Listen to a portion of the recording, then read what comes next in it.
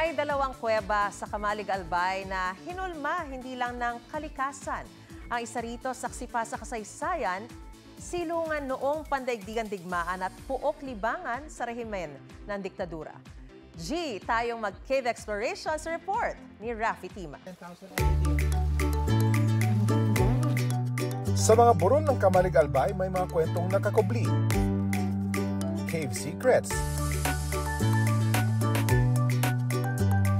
But not anymore, dahil di naman i-gatekeep ang mga ito. Sa pagtuklas sa unang kuweba, madadaanan ng puno ng balete na 100 taon na raw.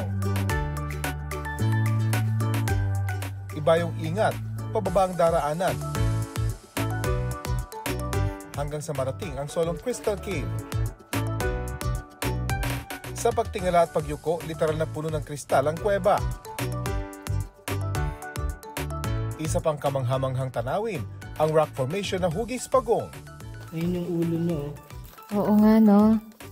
Anong ano niya? Noong turtle. Ilang minuto lang ang pagitan sa isa pang kuweba, literal na may nagtago. Sobrang liit kasi ng pasukan sa Huyop-Huyopan Cave na naging taguan umano noong World War II. Mahirap daw makita yung cave na yun eh. Kasi yung entrance niya sa taas. Yung dinaanan namin, man-made hole na lang yun. Sa lawak naman ng looban nito, nagsilbi raw itong dance floor noong martial law at puntahan ng mga tao tuwing may malakas na bagyo. Pagpasok rin dito, may matatagpo ang hugis kamay na bato. Depende sa imahinasyon, iba't ibang hayop ang mababanaag.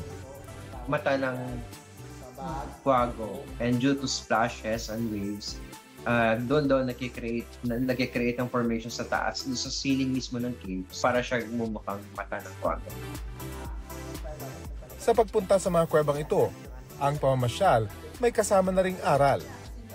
It is refreshing, relaxing kapag napunta ka na doon, and marami tayong matutunan historically.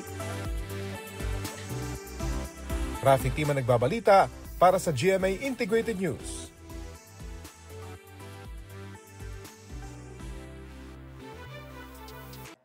Huwag magpahuli sa mga balitang dapat niyong malaman.